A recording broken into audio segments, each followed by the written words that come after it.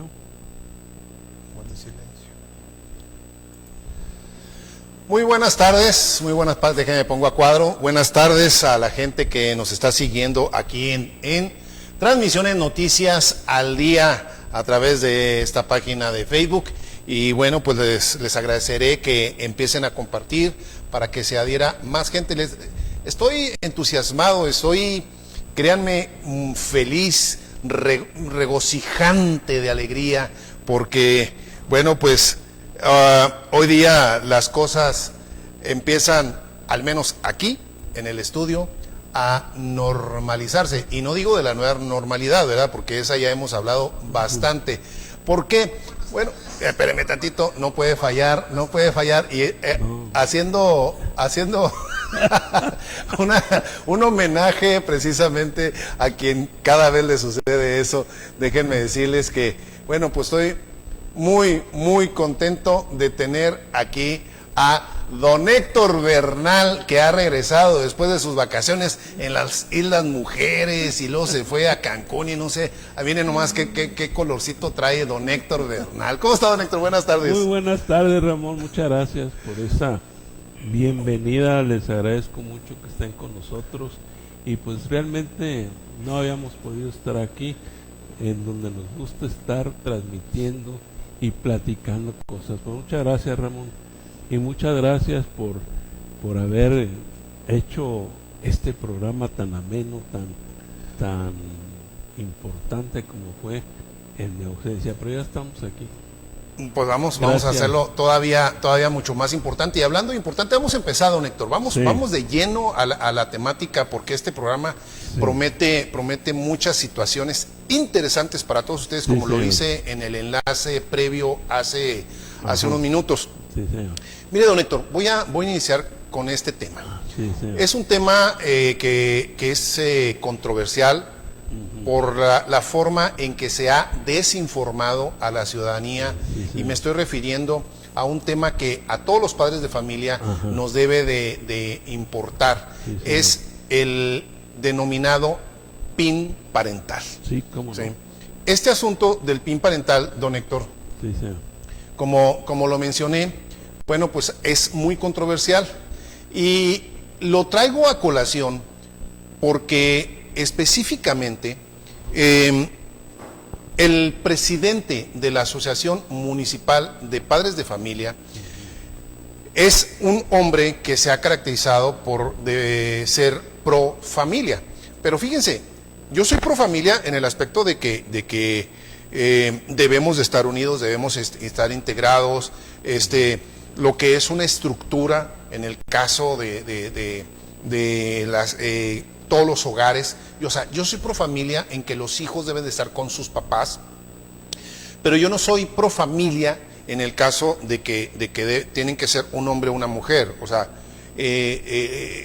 la sociedad ha evolucionado, don Héctor. Sí, definitivamente. Y este personaje que le refiero ha estado utilizando su membrete, su investidura o su poder como presidente, ¿sí? Como presidente de la Asociación Municipal de Padres de Familia, para tratar de involucrar a los que somos, porque soy yo, usted lo sabe, don Héctor. Sí, definitivamente. Yo soy presidente de una secundaria, soy presidente de la Sociedad de Padres de una secundaria. Y miren nomás, fíjense, aquí está, eso parte, no es todo el chat, pero parte del chat donde dice: les escribo solicitando su apoyo con los contactos de escuelas que tienen cada uno. Ahí ya está queriendo influir. Claro, definitivamente. ¿Sí? Aprovechando su investidura. Pero lo que más me llama la atención, don Héctor, es que él deja entrever que, o menciona de una manera indirecta, tanto a la alcaldesa Maru Campo como a la directora general del Colegio de Bachilleres, Teresa Ortuño, porque refiere, ¿sí?, en la siguiente parte, dice: para apoyar en la iniciativa de ley del PIN parental, algunos les ha tocado que el CAPSI vaya a su escuela a trabajar con los muchachos. Aquí ya está involucrando Claro, a la presidenta. ¿Sí? Y me llama la atención que él se atreva a referir el CAPSI porque, bueno, la maestra Rosa María Hernández fue mi mentora en la maestría de psicoterapia clínica. Lo hemos dicho, yo soy terapeuta y ella fue mi mentora. Y siendo congruentes, una persona que se dedica al acompañamiento psicológico debe de dejar de lado las situaciones de las ideologías y creencias tanto religiosas, etcétera. ¿Por qué? Porque los problemas emocionales, los problemas psicológicos, los problemas conductuales, los problemas de vida no tienen sexo ni género. ¿Sí? Entonces, está involucrando a la presidenta Maru Campos. Y luego también dice, ellos envían una hoja pidiendo autorización para hacer el diagnóstico. Ok, correcto, debe de ser, ¿verdad? Una hoja, el diagnóstico, y tratar de ver cuáles son los problemas en ese plantel y de esa manera trabajar con los alumnos. Hasta ahí estamos bien. El CAPSI hace una detección de problemáticas que puede ser depresión, puede ser posibles niños con sintomatología suicida, con problemas familiares, violencia intrafamiliar, para eso.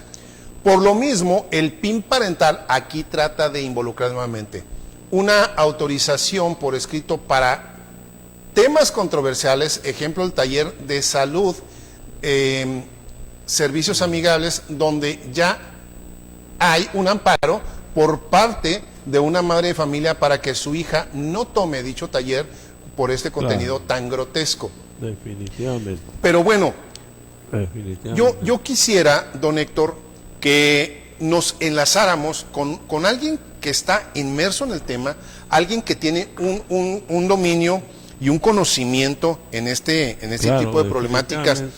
Estoy de acuerdo. ¿Sí? Totalmente. Que viéramos la opinión de esta especialista, y es la doctora Romelia Hinojosa. Déjenme ver si nos podemos contactar con ella, con la doctora. Aquí está, ella es la doctora. Buenas tardes, doctora. Buenas tardes. ¿Cómo está Ramón Esparza y don Héctor Bernal de Noticias al Día? Hola, buenas tardes, Ramón y don Héctor. Estoy mencionando la controversia del PIN parental, pero específicamente mencioné lo que está haciendo el presidente de la Asociación Municipal de Padres de Familia al enviar un chat en WhatsApp en donde está coartando, está invitando o tratando de influir con los demás presidentes de las escuelas, refiriéndoles a que influyan con los contactos padres de familia. Doctora, este asunto del PIN parental, como lo mencioné, es controversial, pero yo siento que hay desinformación. ¿Qué nos puede decir al respecto, doctora? Sí, muchas gracias por este espacio, porque realmente lo necesitamos hablar con la verdad, hablarle de cara a padres y madres de familia, para que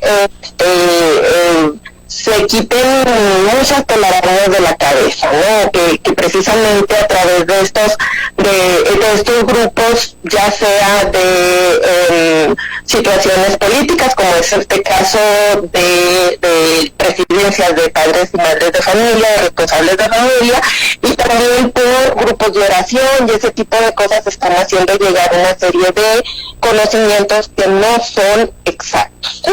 ¿Qué es el PIN parental? Bueno, pues el PIN parental es un poder que se está solicitando para padres de familia, para que los maestros y las maestras tendrían que brindar información con un mes de anticipación, decirles a los padres, oigan, dentro de un mes voy a ver un contenido en el cual se va a hablar de igualdad de género. Y entonces eso les hace mucho ruido a ciertos grupos conservadores que creen que igualdad de género estamos hablando de el aspecto ontológico de las personas, es decir, borrar las características del ser ¿no? Y no, simple y sencillamente se habla de la igualdad política entre los géneros, ¿no? Entonces, ellos y ellas están diciendo que este tipo de formación, de contenidos formativos, están ideologizando a sus hijos y les están haciendo, les están creando una orientación sexual hacia la homosexualidad o hacia la transexualidad, ¿no? Entonces, pues definitivamente esto es una imagen o una distorsión muy, muy grave de lo que realmente se hace en educación en torno a la educación sexual integral, ¿no? Entonces, en ese sentido, pues los padres que no quieran que sus hijos tomen educación sexual, lo están dirigiendo principalmente a dos cosas, pero también esto puede ser la entrada a que cada vez más padres de familia, imagínense usted ahora un padre o madre de familia que no creen las vacunas, entonces cuando se van a trabajar contenidos que tengan que ver con microbios, virus, anticuerpos, ese tipo de cosas en biología, pues al rato ya vamos a tener que parental para todas las cosas. Entonces, este es el origen del PIN parental, que realmente pues es un veto a la educación pública, es un veto a la educación laica, porque todas las personas necesitamos que la escuela es el principal referente que tenemos para socializar. O sea, vamos a la escuela, pero no nada más vamos a aprender contenidos. O sea, sí, la escuela, la resta, la multiplicación. Pero también vamos... Discúlpeme que me interrumpa una pregunta. Una diputada dice que los padres de familia no son los dueños de la educación de sus hijos. ¿Usted qué opina de eso? Los niños y las niñas son sujetos de derechos. Ellos tienen sus propios derechos, ¿sí? Entonces, creer que nosotros, los padres y las madres de familia, poseemos a nuestros hijos es como tratarlos como objetos. ¿Sí? O sea, que yo voy con mis hijos no, y que a mis hijos los educo yo, sí. Nosotras no nos oponemos a que en su casa, en el seno de su hogar, se trabaje todo tipo de contenidos religiosos, ideológicos, lo que el padre y la madre decida. Allí está su poder de decisión, allí está precisamente el amparo del articulado que mencionan en la petición, quienes impulsan el PIN parental. Ellos son dueños de brindarle a sus hijos y a sus hijas en el seno de su casa la información que consideren pertinente, moral, religiosa, etcétera. Pero de alguna manera es la que ha importado casi toda la vida, pero este nuevo PIN parental trata de hacer un lado a los padres, ¿o no, doctora? No, al contrario, a lo que trata de hacer un lado es a la escuela, ¿sí? Al Estado. El Estado es rector de la educación, ¿sí? El Estado tiene que proveer una educación donde quepamos todos y todas, ¿sí? Estamos hablando de que debemos de caber los de moral judeocristiana, budistas, musulmanes y los laicos, ¿no? Quienes no nos abrazamos a ninguna teoría religiosa, a ninguna ideología religiosa. Entonces, eso es lo que tiene que asegurar el Estado. Entonces, al momento de promover que mis hijos no van a ir, o los hijos de estas personas no van a ir a la escuela, cuando se traten de algunos contenidos que supuestamente son dañinos a mi moral, pues lo que estoy haciendo realmente es sectorizando, sectando, cortando, coartando lo que es la educación pública, la educación laica, que todos y todas debemos de recibir, porque todos y todas trabajamos en sociedad, convivimos en sociedad, nos relacionamos en sociedad. Entonces esto de la igualdad de género, de la perspectiva de género, de la educación sexual integral, es una propuesta de relación sana con la otra edad, con la otra persona, ¿no?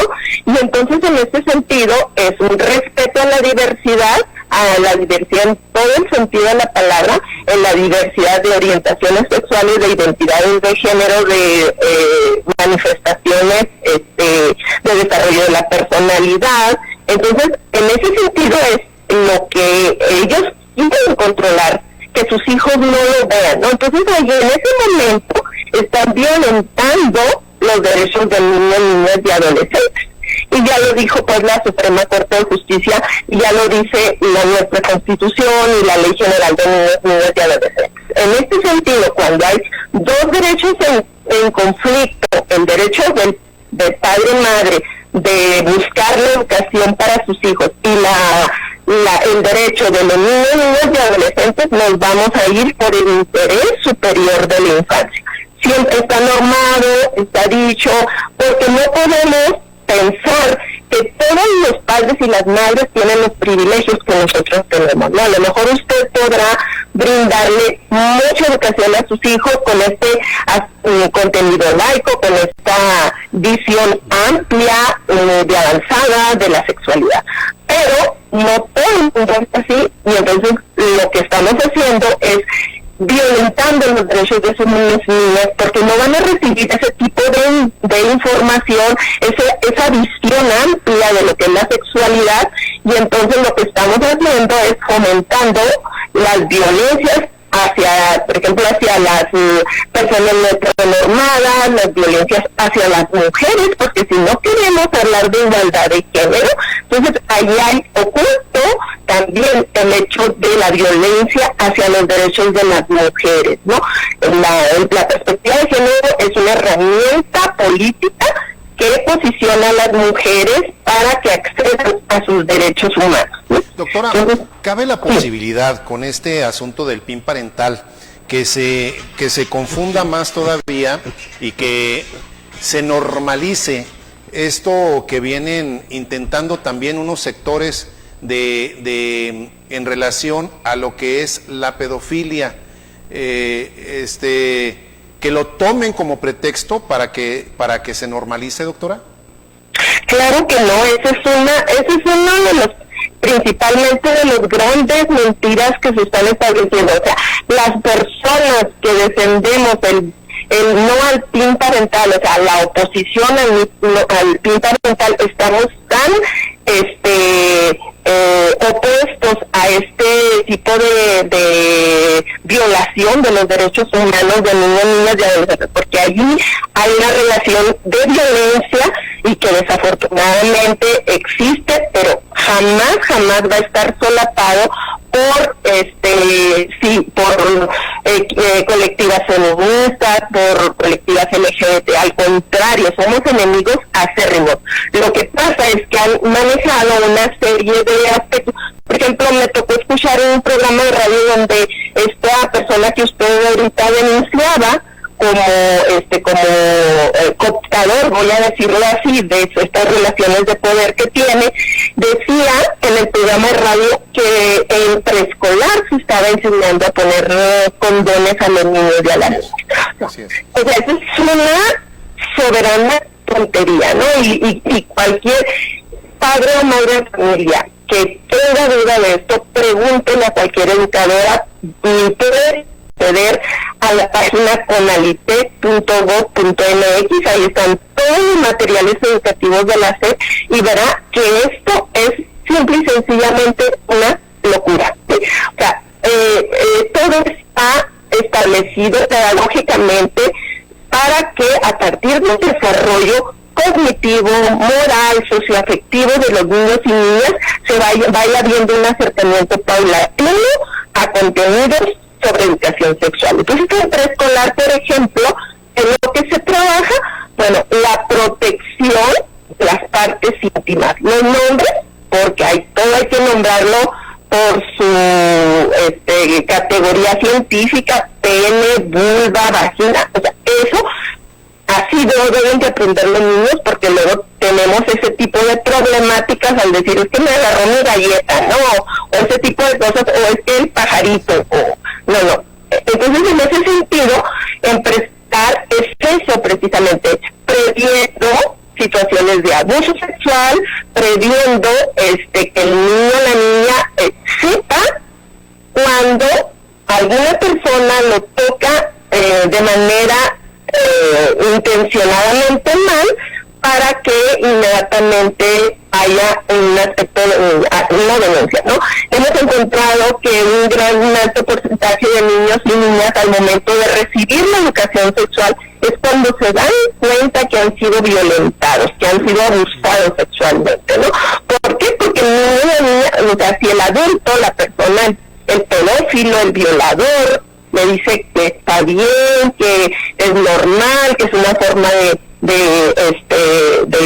relacionarse, pues el niño lo va a creer, ¿no? Entonces, en ese sentido, la educación sexual integral tiene esa condición, ¿no? Que desde preescolar se informa al niño y a la niña que sus partes privadas no se deben de tocar nadie, ni su papá, ni su mamá. Cuando ella sienta feo, o ese niño sienta feo, al momento, debe de decirle y que debe de ser valiente para decirlo, ¿no? Entonces, pues vemos que necesitamos mucha más información, doctora, al respecto, porque sí es un tema de relevancia, de primera necesidad que se pueda tener, y me gustaría hacer un compromiso para un siguiente programa que nos pudiera seguir dando este tipo de información, y vemos que es un tema de derechos humanos. Es un tema que en este caso la Comisión de Derechos Humanos también debe de apoyar en la difusión. Doctora, le agradezco que nos haya tomado la llamada. Al contrario, muchas gracias a ustedes por la invitación. Repetir, por favor, el nombre de la página, doctor? Es conalitex.gov.mx, es Comisión Nacional de Libros de Texto Gratuitos, y ahí está toda la serie de materiales, desde preescolar, primaria, secundaria, de todas las asignaturas. Entonces ahí van a poder ver lo malintencionado que ha sido toda esta propaganda que se difunde a través de los grupos de chat y de algunas páginas de Facebook, asustando a la gente. ¿Cuál es el objetivo de esto?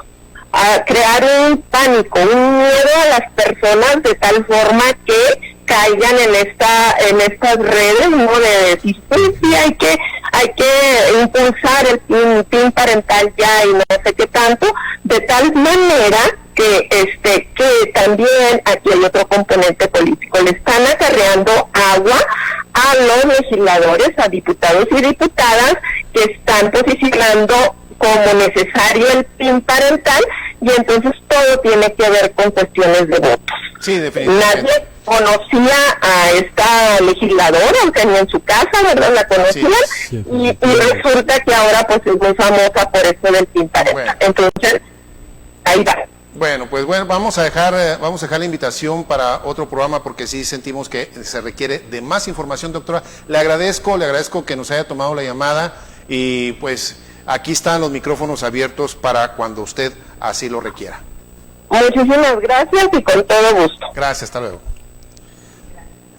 Pues sí, ahí lo tiene, don Héctor. El tema es vastísimo, es un tema muy... Definitivamente. Así es, que bueno, lo abordaremos en otra ocasión, don Héctor. Sí, definitivamente, platicando con una persona tan documentada con él, nos olvidamos de la diputada, como bien decía ella, ¿no? Así es, se nos vició un poquito el audio de la llamada de la doctora. No se le estaba entendiendo muy bien. Sí, porque bueno, pues volvemos a la misma justificación del monitoreo. A ser hombre orquesta es difícil. Y hablando de hombre orquesta, vamos a un corte comercial, porque tenemos aquí otro tema de mucha importancia, como lo mencioné en el previo, para las personas que ya estamos en edad de pensar en nuestro retiro, a las personas que están laboralmente en edad de más de 65 años, pues que estén pensando qué va a pasar con las pensiones. Vámonos a un corte comercial, don Héctor, y regresamos con nuestro invitado. Sí, señor.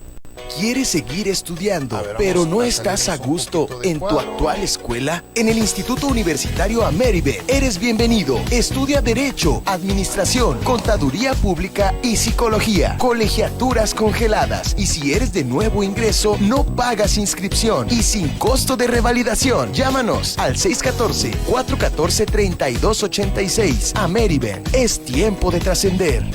¿Quieres seguir estudiando, pero no estás a gusto en tu actual escuela? En el Instituto Universitario Ameribe eres bienvenido. Estudia Derecho, Administración, Contaduría Pública y Psicología. Colegiaturas congeladas. Y si eres de nuevo ingreso, no pagas inscripción y sin costo de revalidación. Llámanos al 614-414-3286. Ameribe, es tiempo de trascender.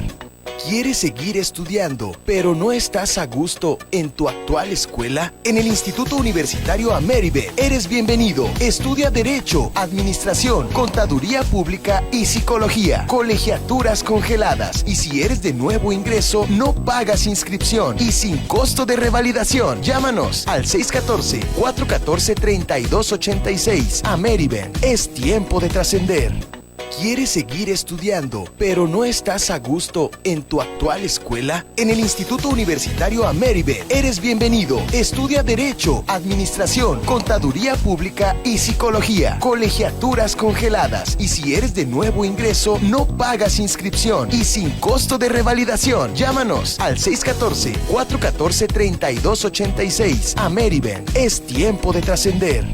¿Quieres seguir estudiando, pero no estás a gusto en tu actual escuela? En el Instituto Universitario Ameribe. Qué bueno que continúan con nosotros en este su programa de transmisiones Noticias al Día, noticiasaldía.com.mx. Hace días el presidente de la República, Andrés Manuel López Obrador, anunció una serie de reformas a lo que son las pensiones del Seguro Social del ISSSTE y algunas otras más. Quisimos por esta misma razón invitar a un viejo amigo, digo viejo no por la edad, sino que ya tenemos mucho tiempo de conocernos, y además un especialista en el tema, el licenciado Jaime Armendáriz. Buenas tardes, Jaime. Buenas tardes, don Héctor.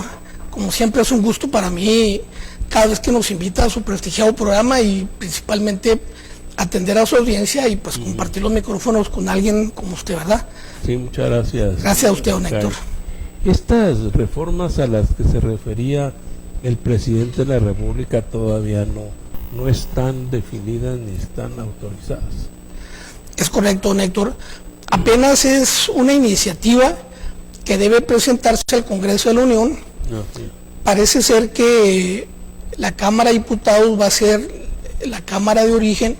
De ahí, una vez que se apruebe, pasará a la Cámara de Senadores y luego de vuelta a la Presidencia de la República para que se publique. Ese es el mecanismo legislativo. ¿Cuál es el meollo? ¿Cuáles son los principales artículos que se podrían modificar, o cuál es lo que se va a modificar con esto de las pensiones? Suena bonito, ¿verdad? Porque recordemos que de alguna manera anteriormente eran 1.250 cotizaciones, después bajó a 500 y ahora las pretenden bajar todavía más. Es correcto, don Héctor. Mire, pasa lo siguiente y hago un poquito de referencia histórica. Sí. Yo personalmente difícilmente veo una mañanera de nuestro señor presidente. La verdad es que casi no comparto nada de lo que se hace actualmente con las cosas que yo pienso o hago. Y me despierto con la noticia de que hay una reforma que le llaman el fortalecimiento al sistema de pensiones. Y bueno, estoy seguro que mucha gente dijo, wow, ¿cómo no lo creen? Es el peje, es López Obrador, qué bárbaro, ¿para qué? Yo la verdad lo tomé con mucha prudencia, don Héctor. Con mucha prudencia. Si yo soy un apasionado de las pensiones, desde hace más o menos 15 años. Y además le entiendes bastante bien. Más o menos de pérdida, ¿verdad? Entendemos que es un tema muy sensible, muy delicado. Sí, definitivamente que sí. Muy delicado. Porque estamos hablando de que mucha gente dijo, qué caray, bueno, pues ya la hicimos con esto. Probablemente, ¿verdad? Pero también es apasionante e interminable. Pero a partir de que nos dedicamos a estar observando y a hacer análisis de lo que es la ley 97 de la ley del Seguro Social, pues la verdad es que es muy complicado, don Héctor. Sí, o sea, no se entiende, e inclusive cuando hizo la presentación el senador Ricardo Monreal, decía, es el inicio, pero no es definitivo. No, porque al final de cuentas la iniciativa fue lo mencionó el presidente, pero no se ha lanzado la iniciativa. Efectivamente, entonces lo primero que tenemos que hacer, creo yo, es mi punto de vista personal, es ser muy prudentes, y aunque suene muy curioso y parezca que es lo que decimos siempre y que lo dice todo el mundo, tenemos que esperar. Sí, claro. Tenemos que esperar varias cosas, don Héctor. Primero que nada, para mí es bien importante la exposición de motivos. O sea, ¿qué es lo que está realmente motivando a que se hagan reformas a la ley de 1997, el Seguro Social? Déjenme hacer un paréntesis aquí. Recordemos que había otra anterior, ¿verdad? Ahorita lo mencionamos, claro, de 1973, que en realidad, por una ficción de la ley, aún rige a quienes estamos en la etapa de transición, que es un universo muy grande de trabajadores en nuestro país. Entonces, si hablamos de exposición de motivos y que evidentemente no va a venir en la iniciativa, en la práctica yo me pongo a pensar. Actualmente el presidente López Obrador tiene una fuerza política muy fuerte, tanto así que tiene el control de las dos cámaras. De tal suerte que cualquier iniciativa que él presente, prácticamente por default se va a pasar. Sin embargo, estamos hablando de que es el tema de las pensiones muy, pero muy sensible, de tal suerte que no lo van a poder aprobar tal y cual se presente la iniciativa, don Héctor. ¿Cómo era la iniciativa esto? Mire, cuando lo presenta Ricardo Monreal, que a mí de plano tampoco me gusta nada absolutamente, dice es que hay 12 puntos. Pudo haber dicho que 50, ¿verdad? Para mí hay 3, así en estricta situación. Primero que nada, que pasa de 1.250 semanas a 750 para que la persona pueda tener derecho a la pensión. Así es. Estamos hablando de las pensiones de retiro, que son las de cesantía en edad avanzada y las de vejez. Y luego, esto es el meollo para mí, que es el aumento del 5.150% al 13.87% de las aportaciones patronales. Y luego... O sea, los patrones, esto quiere decir que los patrones van a aportar más para poder soportar esta iniciativa. Sí, y la verdad yo me quedé así como que atónito, ¿verdad? Porque el señor Carlos Salazar Lomelí, yo lo entendía como que nada afín a este régimen y de repente sale muy agarraditos de la mano. Vamos a mencionar quién es este señor. Es el coordinador del centro empresarial, digamos, perfecto. Y lo mencionan ahí en esa audiencia, que hay 12 organismos a nivel nacional que están afiliados ahí. Quiere decir, es la parte patronal. Así es. Y ahorita lo mencionamos porque en realidad, yo insisto, a mí me parece que esto es el medio del asunto. Y para mí, don Héctor, lo único que sí vale la pena de lo que se menciona en esa conferencia de prensa es que las comisiones bajan al punto 7 en todas las afores. O sea, que ya no va a ser una situación exclusiva de cada una, a decir yo cobro tanto, yo cobro tanto.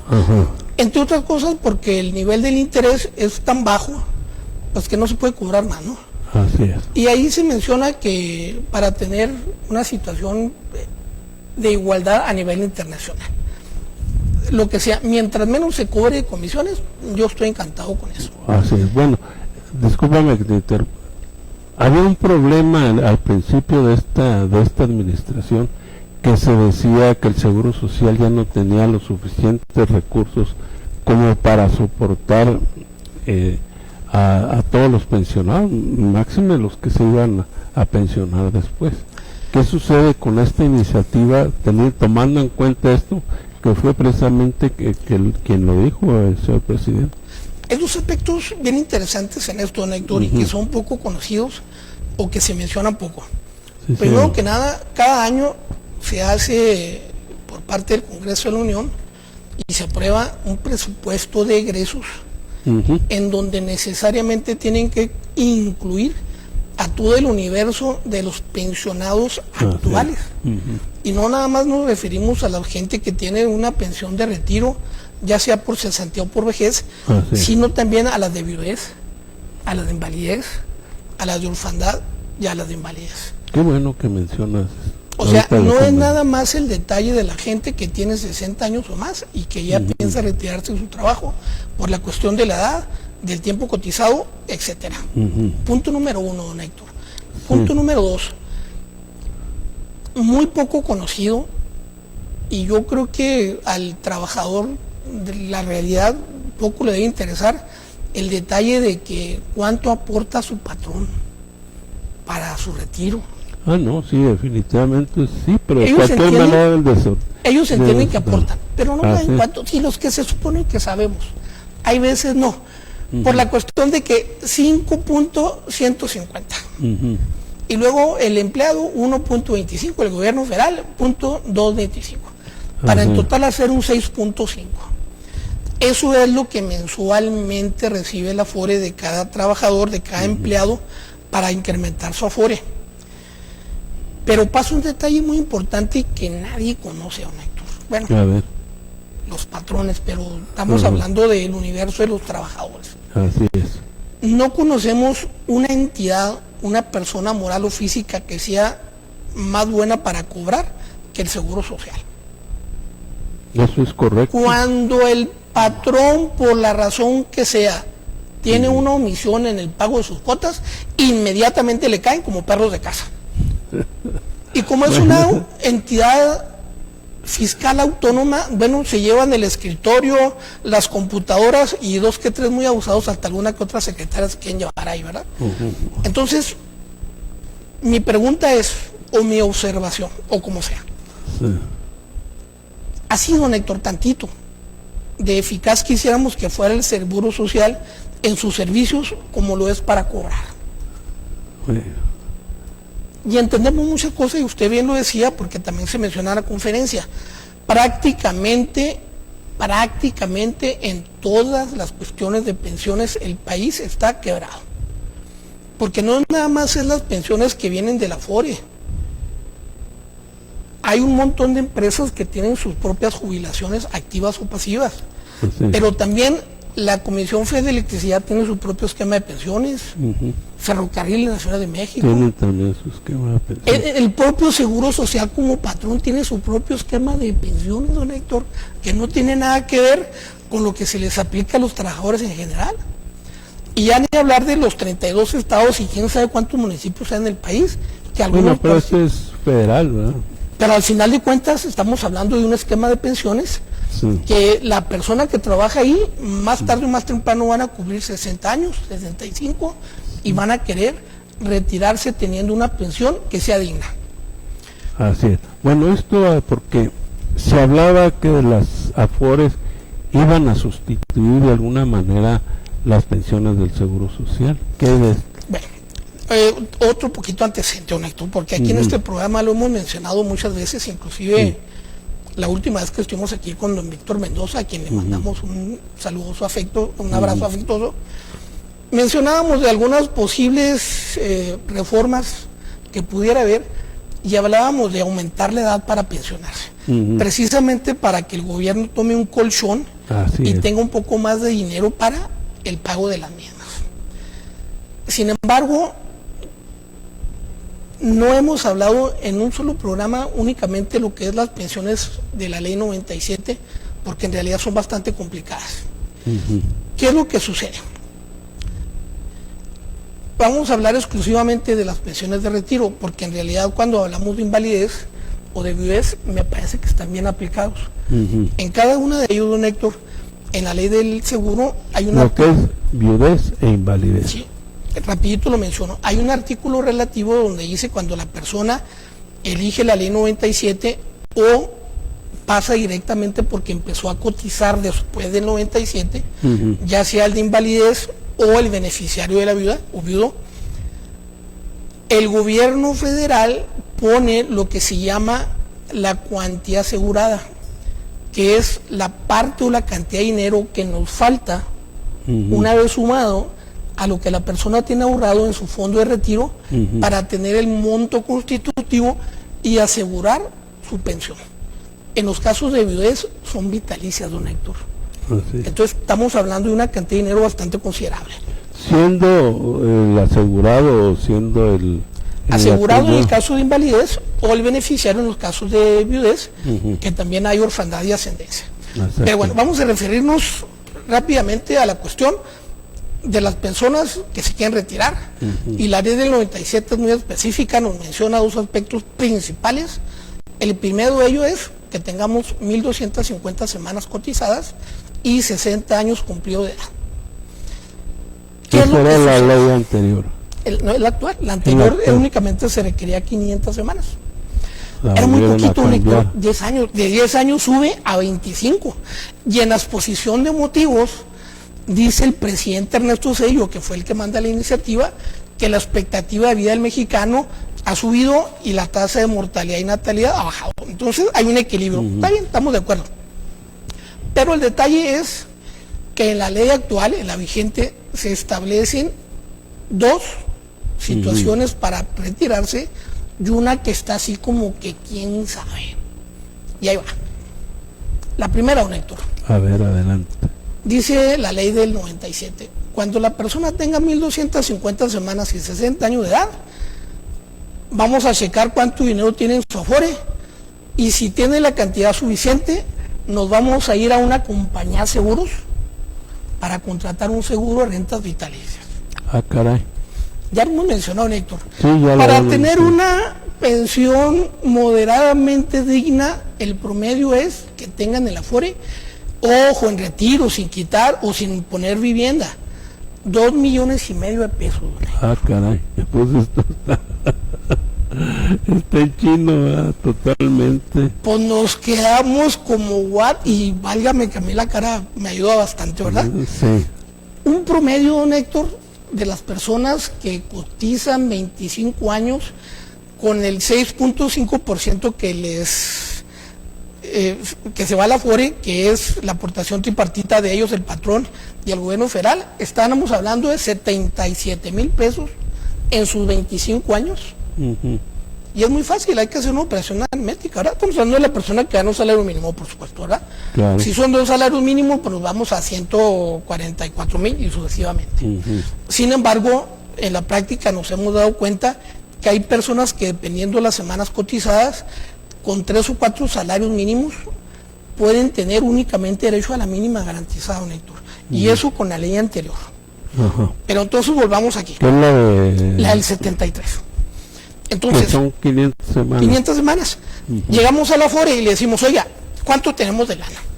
El promedio que a mí me ha tocado es como de 250,000 pesos. O sea, nos faltan 2,250,000 para poder decirle, contrato un seguro de rentas vitalicias. Caray. Hacíamos el viernes pasado, algunos de los compañeros que nos dedicamos a esto y yo, un ejercicio, y pensamos que probablemente haya unas 20 personas por estado que puedan tener en su Afore, y únicamente en lo que se refiere a retiro, 2,5 millones o más para poder contratar su seguro. Bueno, o sea, pues quiere decir nadie.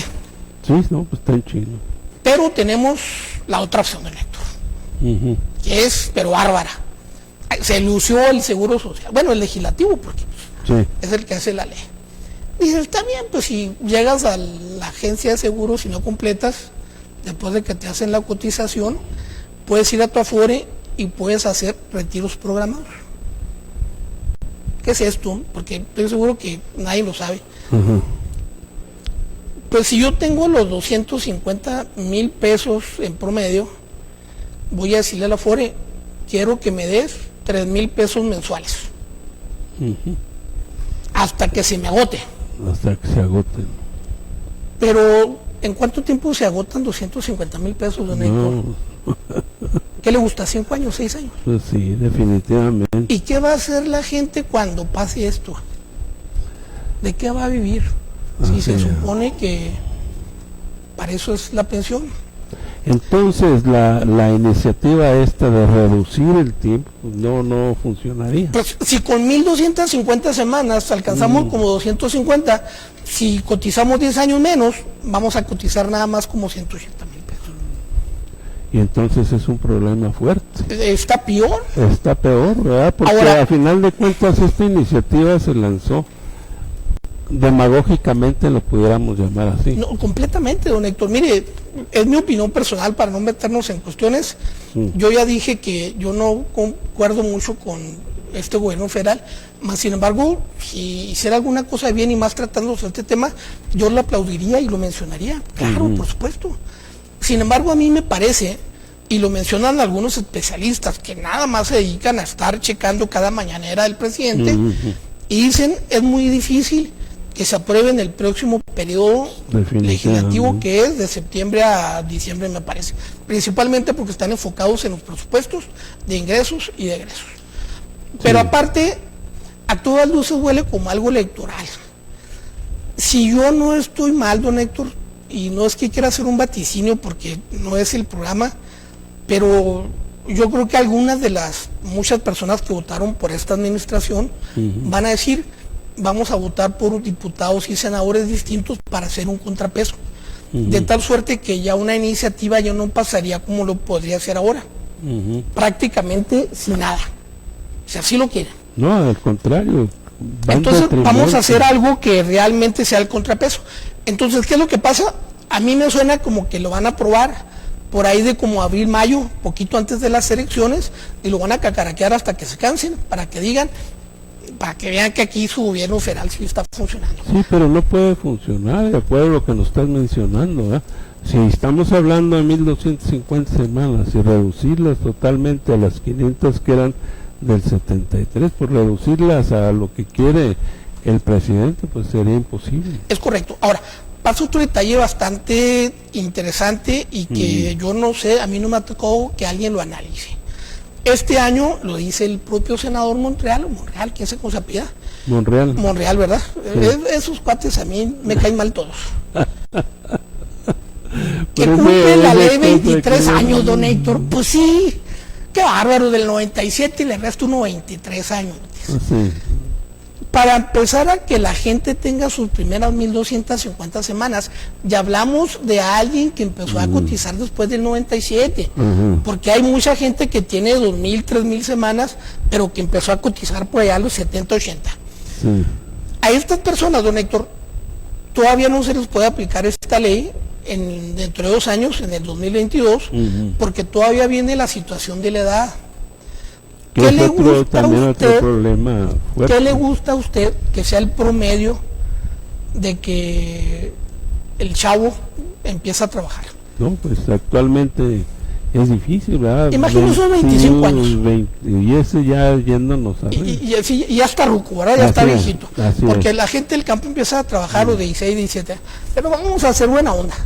Vamos a pensar que todos terminaron su carrera, inclusive hasta la maestría, empezaron a los 25 años. Sí, sí. Y le sumamos 25 años, que es lo que va a tener la ley del seguro en 2 más. Son 50 años. Son 50. Todavía le faltan 10 años más de edad para poder decir, vengo a pedirme pensión. Así es. Y luego de alguna manera se retiran o están confiados en que pueda suceder esto. Esa es la cosa más bárbara, pero desde la ley anterior, desde esta ley y de la reforma, y que nadie menciona, don Héctor, y que nosotros hemos dicho muchas veces que esa es la propuesta que tenemos si en realidad queremos apoyar al trabajador. Claro. Imagínense, antes era 500 semanas. Sí, señor. Entonces, el cuate de 25 años, ley del 73, el cuate de 25 años trabajaba 10, vamos a ponerle 11. De los 25 a los 36. Y hacía llamar por rascar la panza muy a gusto. No. Porque tanto la ley actual como la anterior establecen una figura que se llama la conservación de derechos, don Héctor. Entonces la persona dice, pues yo ya trabajé, ya me ayudo a dedicarle a mi papá en el rancho, a mi mamá en el negocio, o yo pongo el mío propio. Yo conozco gente a algunos, así decirlo, que de esta ley,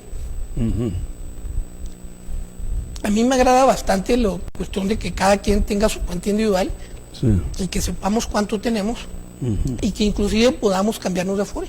Así. En realidad hay unos afores, don Héctor, tengo que decirlo, que son unos verdaderos dolores de muela. Algunos son muy ágiles, inclusive en el que yo estoy, no quiero no decir nombres, a ver si puedo aguantarme, porque prefiero ganar menos en mi afore, pero no tener el riesgo de una minusvalía. ¿De qué me sirve de repente ganar mucho en 5 o 8 años? Y cuando viene una pérdida como la que se da con la construcción, bueno, con la cancelación del aeropuerto, tómale. Y ahí se va para abajo. La persona que tenía el promedio de 100, de repente tenían 83, 78, y me tocó un caso extremo, alguien que tenía menos del 50. Y les preguntaba, ¿por qué votaste? No, pues fue el PGA. Bueno, pues ahí sigue, la verdad. O sea, no nada más, no nos está dejando también nada, sino que antes de entrar ya estamos perdiendo. O sea que esta iniciativa de ley que todavía no se envía no es nada viable. A mí no me parece, bueno, mire, dicen algunos especialistas que es como una aspirina. La verdad, a mí la aspirina me quita el dolor de cabeza. Me parece que ni aspirina llega. Es para mí una cuestión completamente demagógica, mercadotécnica, electorera, a fin de que se distraiga un poco con un tema que vuelve a insistir que es muy sensible, y otros temas que en realidad son importantes de a diario, como la cuestión económica, la situación de la seguridad, un montón de cosas, para ni hablar de la pandemia. Y la gente de repente deja unos días de pensar en eso y dice, caray, 750 semanas, yo sí las alcanzo. Pero espérenme tantito, primero que nada tenemos que esperar a que se apruebe. Claro, que se lance la iniciativa primero. Y que se apruebe. Pero y que se apruebe. No han mencionado nada de la edad sigue siendo la misma, 60 años. 60 años, sí, la edad sigue siendo la misma. Entonces, si tenemos un universo enorme de gente que tiene 1250 semanas, con 60 años, y están fuera de la conservación de derechos, así es, pues imagínense con 750. Y es retroactivo. Es retroactivo. Bueno, aunque fuera retroactivo, no se puede dar en perjuicio de la persona. Van a tener que hacer algún tipo de transitorio, Héctor, para que establezcan bien cuál es el mecanismo. Así es. Pero va mucho más allá todavía. Ahora vámonos a la segunda cuestión que dijimos, que era pasar del 5.150 al 13.87 de aportación patrona. Es lo que van a aportar los patrones. Yo quise mencionar al principio, Héctor, que... Bueno, los patrones estuvieron de acuerdo. Bueno, el Consejo Coordinador Empresarial. Bueno. Pues que aunque lo represente, eso no quiere decir que en realidad los patrones están brincando en una piedra.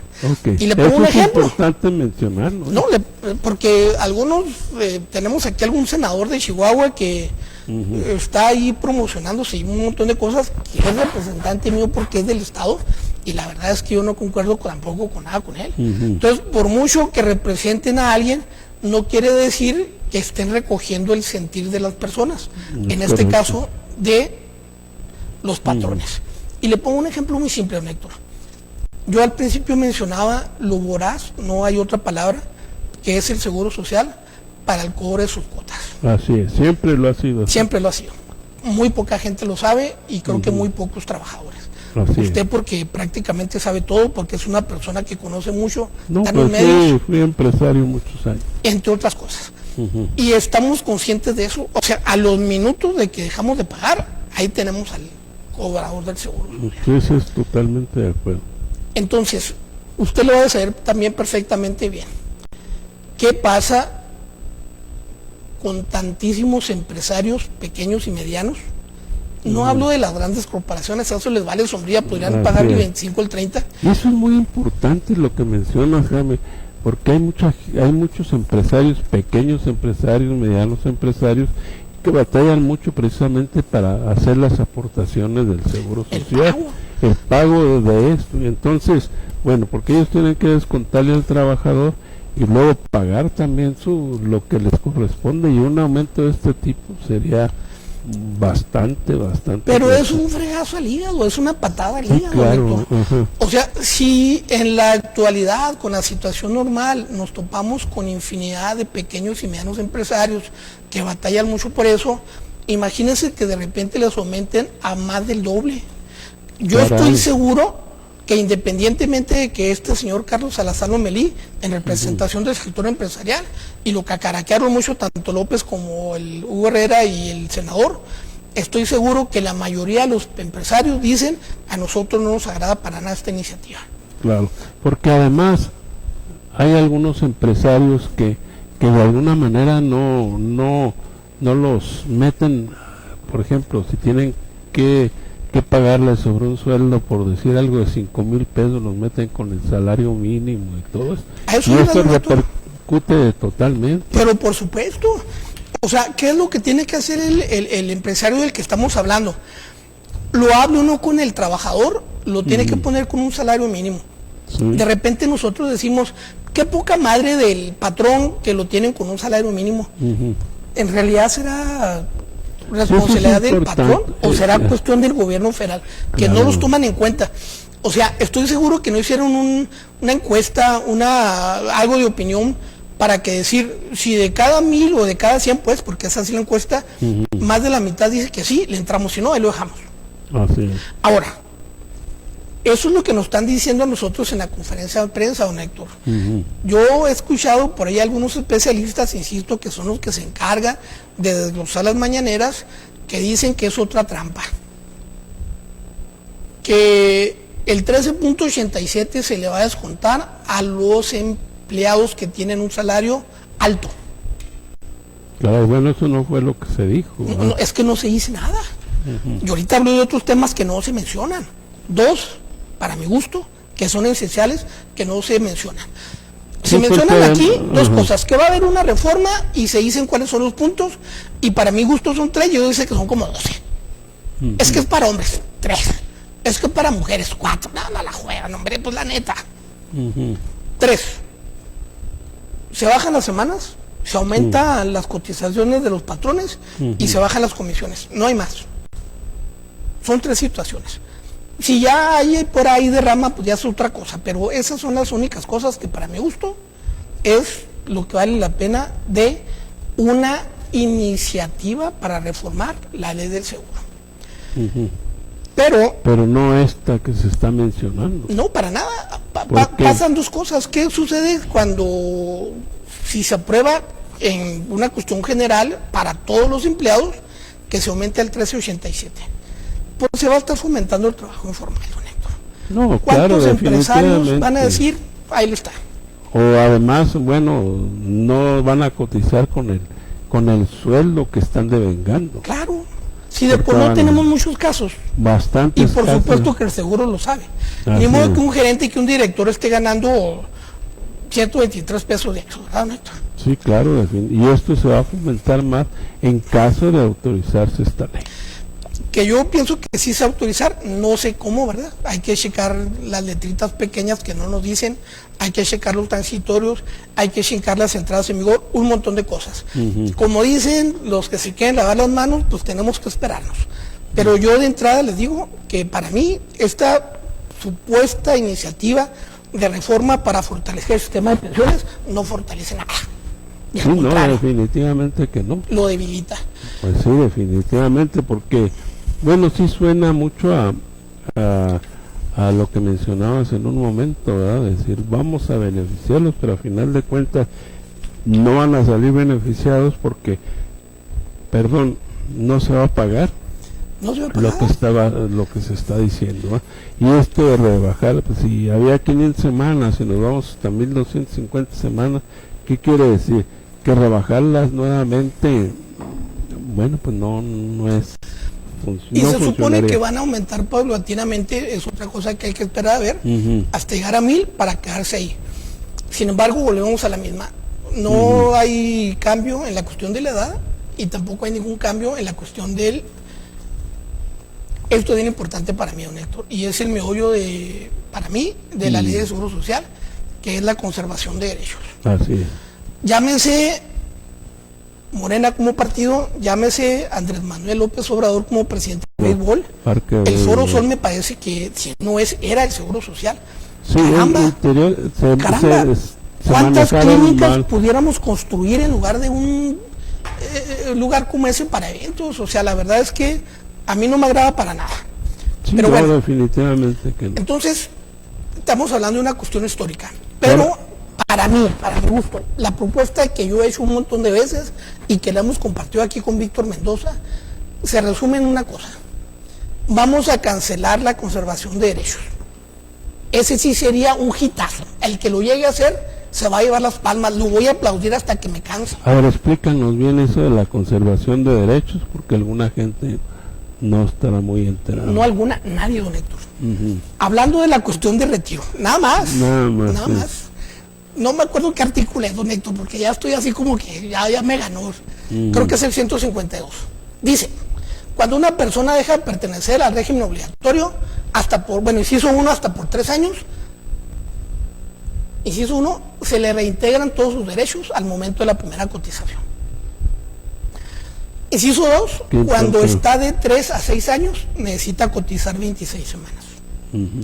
E inciso 3, si son más de 6 años, 52 semanas, un año completo. Entonces, muchas personas que no saben, don Héctor, y que lo hemos podido resolver, están dentro de la como bien dice, la mayoría de la gente ni idea tiene cómo está. Pero ni idea, nos ha tocado resolver muchos asuntos de pensiones de retiro, que gente que en el ínter de su conservación de derechos cumplió 60 años y pueden hacer su solicitud, porque tienen un montón de semanas cotizadas, pero porque no iniciaron antes en la ley 73. Así es que eran 500 semanas. Pero ¿qué pasa, don Héctor, con las personas que ya están fuera de la conservación de derechos? Así es. Pues es muy sencillo, lo decía el senador. Si tienen 1249, les da negativa de pensión. Increíble, ¿verdad? Entonces, en este caso de esta ley, por ejemplo, si trabajan y ya tienen más de las semanas cotizadas que pretenden poner, en este caso 750, no van a tener derecho porque están inscritos en el régimen de 1250 semanas. Es lo mismo, o sea, si en lugar de tener 1249 tienen 749, les dan igual negativa de pensión. O sea, el detalle de que cambien menos semanas no quiere decir que por sí mismo la persona ya tenga derecho a la pensión, no. Exactamente. Entonces, por eso proponemos, vamos a cancelar la conservación de derechos para que todo el universo de personas que cumplen 60 años y ya cumplió con sus semanas cotizadas, esté en el supuesto que sea, tenga derecho a la pensión. Muy bien. Jaime, nos gustaría que regresaras otro día porque es muy importante. Tenemos muchas dudas sobre esto y nos despertaron más la iniciativa que pretende enviar el Ejecutivo Federal, porque de alguna manera no la vemos nada viable. No, definitivamente a mí no me parece que vaya a ser viable, y menos así como la plantearon. Cuando guste, un Héctor, de hecho nos quedamos muy cortos, ¿verdad? Sí, claro, faltan todavía mucho, ¿verdad? Es un tema interminable, podemos durar aquí programas enteros y siempre vamos a tener dudas e inquietudes. Entonces, cuando usted guste, un Héctor, aquí estamos a sus órdenes. Está bueno, pues ojalá de alguna manera haya disipado sus dudas aquí la sapiencia del licenciado Jaime, y bueno, pues nos vemos próximamente para que nos termine de explicar qué es lo que pasaría con esta nueva iniciativa. Con todo gusto, Héctor. No sé si tenemos 2 minutitos para mencionar algunas personas. Adelante. No puedo dejar de mencionarlos a mi excelente amigo Miguel Gutiérrez, a mi empleada favorita del Seguro Social, Diana Ruiz de la Peña. Sí. También tenemos a una chica que se la está pasando muy mal, que es Claudia Macías. Ojalá que el Seguro Social se concientizara tantito para que a este tipo de personas la atiendan como debe ser.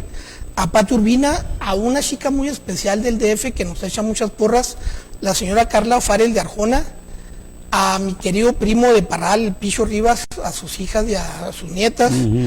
Por supuesto, a nuestro querido amigo el ingeniero Heraclio Sanáez, que siempre nos observa y nos manda saludos. Al famoso Laco, no sé si lo conozca. Sí, cómo no. No es cierto, Laco, un saludo afectuoso. Y también otra persona que queremos y estimamos mucho, que es la señora Marta López, que por ahí vimos que nos está viendo. Le mandamos un afectuoso saludo. Igual que a Jessica Quintana, por ejemplo. Tenemos un montón de gente que quisiéramos mencionar. Señora Carrillo, Diana de Ruiz de la Peña, Juan Capuchino, Ramón Esparza, bueno, es otro, Pamela Nevares, Fernando Tijerina, Alma Rosa, María Eugenia Elizondo, nos está viendo desde allá de Coahuila. Al señor Hugo Luján, a la excelente amiga Hilda Monsiváis, hermana de mi amigo Luis Arturo, a 2 personas más, a Celeste Herrera y a Alicia Salazar de Monterrey, San Luis Potosí. No ven de muchas partes si nos siguen, don Héctor. A Angie Payares, muchas gracias. Muchas gracias y bueno, pues Pues aquí estamos cuando gusto, don Héctor. Un sí, placer, cómo como no. siempre, acompañarlo. No, definitivamente que sí, sobre todo con todo esto que conoces y dadas las circunstancias, sí te vamos a volver a invitar. Cuando guste, don Héctor. Muchas gracias. A don Saúl Rocha Ávila también, pues muchas gracias a ustedes también por habernos acompañado una vez más aquí en transmisiones Noticias al Día en www.noticiasaldia.com.mx.